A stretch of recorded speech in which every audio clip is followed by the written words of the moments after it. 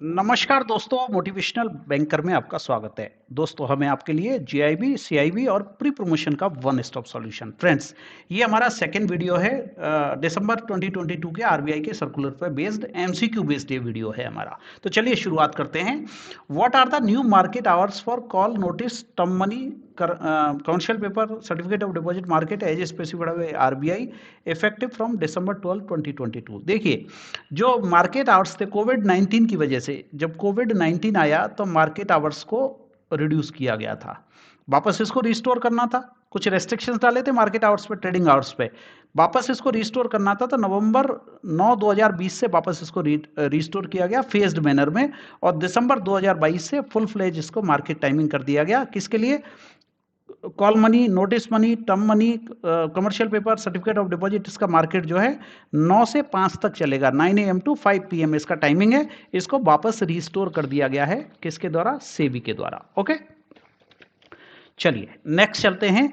How long are bank permitted to issue stand by letter of credit है? Stand by LC या BG जो issue करते हैं bank on behalf of their client in lieu of making a remittance of margin money for commodity hedging transactions. Commodity hedging के जो transactions होते हैं उनकी मार्जिन मनी के लिए स्टैंड बाई एलसी या बैंक गारंटी बैंक इशू करती है उनके क्लाइंट के बिहाफ पे। इसका मैक्सिमम टाइम डिसाइड किया गया है 12 महीने का। इससे ज्यादा का आप स्टैंड बाई एलसी या स्टैंड बाई बीजी इशू नहीं कर सकते। ओके, तो आंसर आ गया आपका सी, 12 मंथ।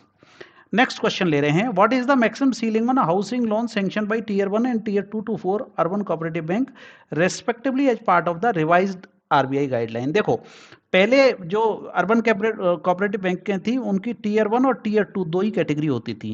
अभी इसको कर दिया गया है टीयर 1 और टीयर 2 से 4, यानी कि 4 टीयर्स में इसको क्लासिफाई कर दिया गया है। नया क्लासिफिकेशन आने के बाद 4 टीयर्स हो गए हैं। तो टीयर 1 में हाउसिंग लोन की लिमिट है 60 लाख रुपए मैक्सिमम, और यहाँ पे टीयर 2 to 4 में लिमिट है 1.4 करोड़, यानी 140 लैक्स। तो देखिए, 60 lakh for tier 1 and 140 lakh for tier 2 to 4। बाकी ये सब गलत है। 100 लाख गलत है, यहाँ 100 गलत है, यहाँ 75 लाख गलत है। तो करेक्ट आंसर है आपका A, 60 lakh for tier 1 urban cooperative bank and 140 lakh for tier 2 से टीयर 4 में जो अर्बन कोऑपरेटिव बैंक है उनके लिए 1 करोड़ 40 लाख का मैक्सिमम हाउसिंग लोन ये दे सकते हैं। मैंने पिछले वीडियो में आपको कहा था how many tiers of classification has been RBI recently introduced for urban cooperative bank. अभी टीयर 1 से टीयर 4 तक कर दिया गया, तो 4 टीयर्स में इनका क्लासिफिकेशन कर दिया गया है।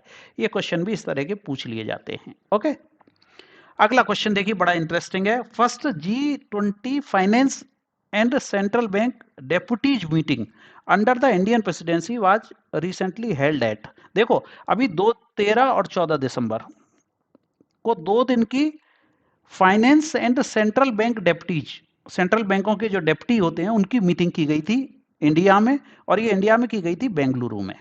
ठीक है, अब इसकी चेयरमैनशिप किसने की थी, इससे रिलेटेड और जानकारी दे देता हूं। इसकी चेयरमैनशिप नहीं, को चेयरमैनशिप की थी हमारे इकोनॉमिक अफेयर सेक्रेटरी हैं अजय सेठ साहब, और डिप्टी गवर्नर आरबीआई के माइकल पात्रा, इन्होंने इनकी को चेयरमैनशिप की थी। इसमें करीब 160 कंट्रीज के डेलीगेट्स ने हिस्सा लिया था, और थीम तो वही है, वसुधैव कुटुंबकम। G20 की जो थीम है, one earth one family one future. ठीक है, अब इसका मकसद क्या था?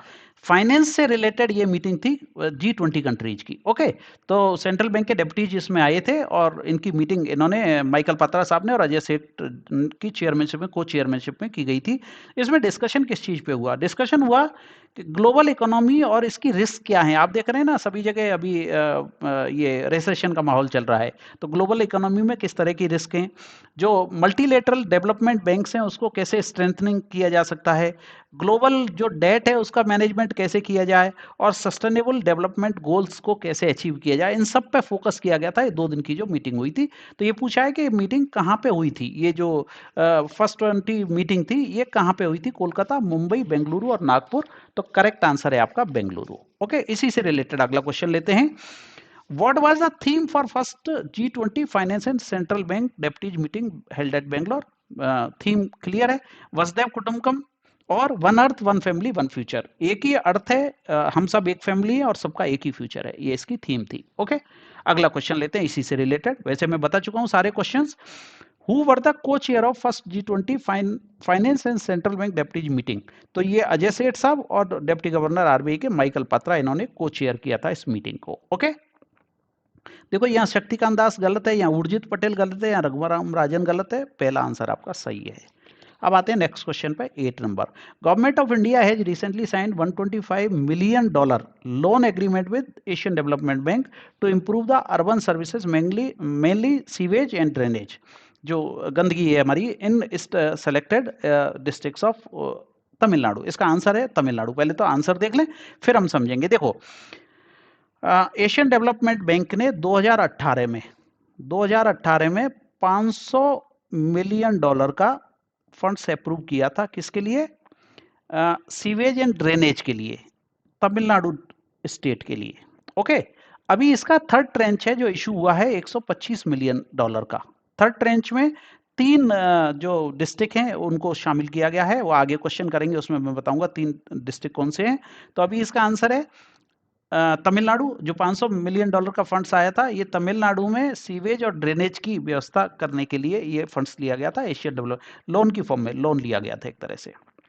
ओके, अब इस तरह से भी क्वेश्चन पूछ सकते हैं, how much loan has been government of India recently signed with Asian Development Bank to develop climate resilience, sewage collection and treatment and drainage and water supply system in 3 cities in the state of Tamil Nadu. तो ये कितना है? $125 million, अभी मैंने बात की है। ये थर्ड ट्रेंच में जो लोन लिया है, टोटल लोन है $500 मिलियन का। ओके, चलिए नेक्स्ट है आपका, the loan sign between government of India and Asian Development Bank. अगला क्वेश्चन इसी से रिलेटेड है, is the what tranche of the multiple tranche financing facility? ये मल्टी ट्रेंच था, इसमें से ये कौन सा ट्रेंच है? ये है हमारा third trench, third and final trench. ये $125 मिलियन बचा था जो थर्ड ट्रेंच में मिल गया for the programme approved by the Asian Development Bank in 2018। Okay, अगला क्वेश्चन लेते हैं, आंसर आ गया आपका थर्ड ट्रेंच। अगला क्वेश्चन ले रहे हैं, विच 3 cities in Tamil Nadu will the loan signed between government of India and Asian development cover? ये 3 डिस्ट्रिक्ट कौन कौन से हैं?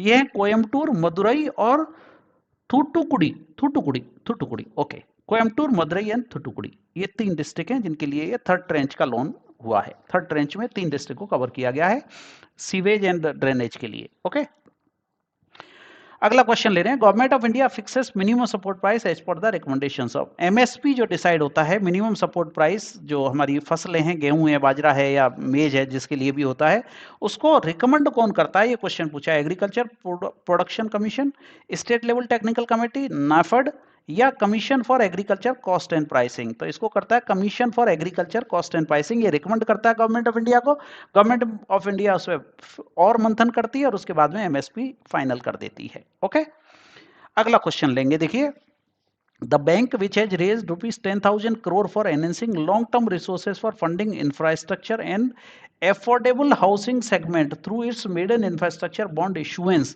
which was the largest by any Indian bank? देखो, अभी तक किसी भी इंडियन बैंक द्वारा 10,000 करोड़ रुपए का बॉन्ड इशू नहीं किया गया है इंफ्रास्ट्रक्चर और अफोर्डिंग हाउसिंग के लिए। किसी भी बैंक द्वारा इशू किया गया हाईएस्ट लार्जेस्ट अमाउंट का सिंगल इंफ्रा बॉन्ड है। तो ये बैंक कौन सी हो सकती है? आप बिना देखे ही आंसर कर सकते हैं इसका। बीओबी नहीं हो सकती, यूनियन बैंक नहीं हो सकती, हाँ एचडीएफसी हो सकती है, पर सबसे पहले आएगी स्टेट बैंक ऑफ इंडिया।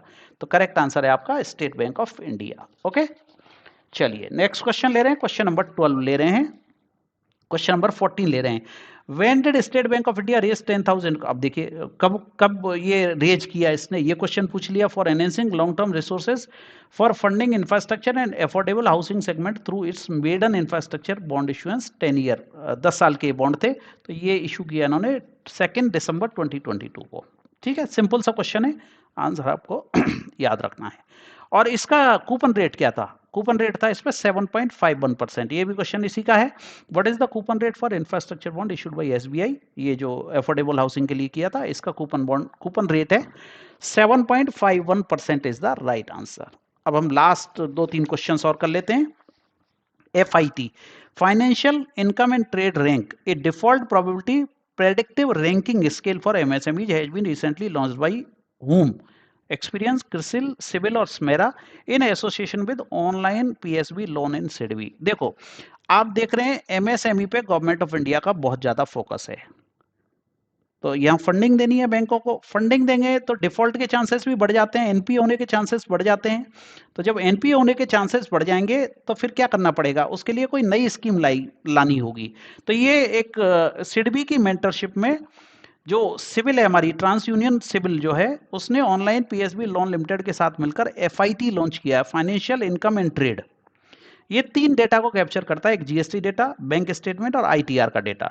ये एक रैंकिंग मॉडल है जिसमें एमएसएमई के डिफॉल्ट की प्रोबेबिलिटी मशीन लर्निंग और आर्टिफिशियल इंटेलिजेंस, मशीन लर्निंग और आर्टिफिशियल एमएल एंड एआई के थ्रू जांची जाती है कि इसके क्या चांसेस हैं डिफॉल्ट करने के, क्योंकि जब एमएसएमई को आपका फाइनेंस बढ़ेगा तो आपके एनपीए भी बढ़ेंगे। तो उसको एनपीए को मिनिमाइज करने के लिए, ऐसी एमएसएमईज को ट्रेस करने के लिए जो डिफॉल्ट कर सकती हैं, जिनको फंड नहीं दिया जाना चाहिए, उसके लिए एफआईटी लॉन्च किया गया, financial income and trade rank, a default probability predictive ranking scale for MSMEs has been recently launched by TransUnion Civil in association with online PSB loan and SIDBI। SIDBI इसकी mentor है। Okay, तो answer आ गया आपका civil. अगला question देखिए, who is the mentorship of the launch of FIT rank, A comprehensive ranking model for MSME. मैंने आपको answer बता ही दिया है, सिडबी इसकी मेंटर है। ओके, 18 क्वेश्चन ले रहे हैं एफआईटी का। ये what is the purpose of FIT, financial income and trade rank model launched by TransUnion CIBIL in collaboration with online PSB loan limited. इसका पर्पज क्या है, to support bank and financial institutions to sustainably grow their MSME credit portfolio. Perfect है, सही है ना answer ये, to support, to increase access to finance to MSME नहीं, ठीक है, पार्शियली सही हो सकता है।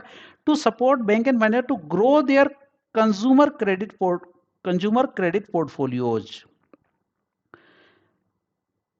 to grow their consumer credit portfolios, to increase access to finance for large businesses, to support bank and financial institutions to sustainably grow their MSME credit portfolio, to support bank and finance to grow their consumer credit portfolios। Okay, तो answer A होना चाहिए या सी होना चाहिए, बताइए मुझे, इसका answer A आएगा या सी आएगा।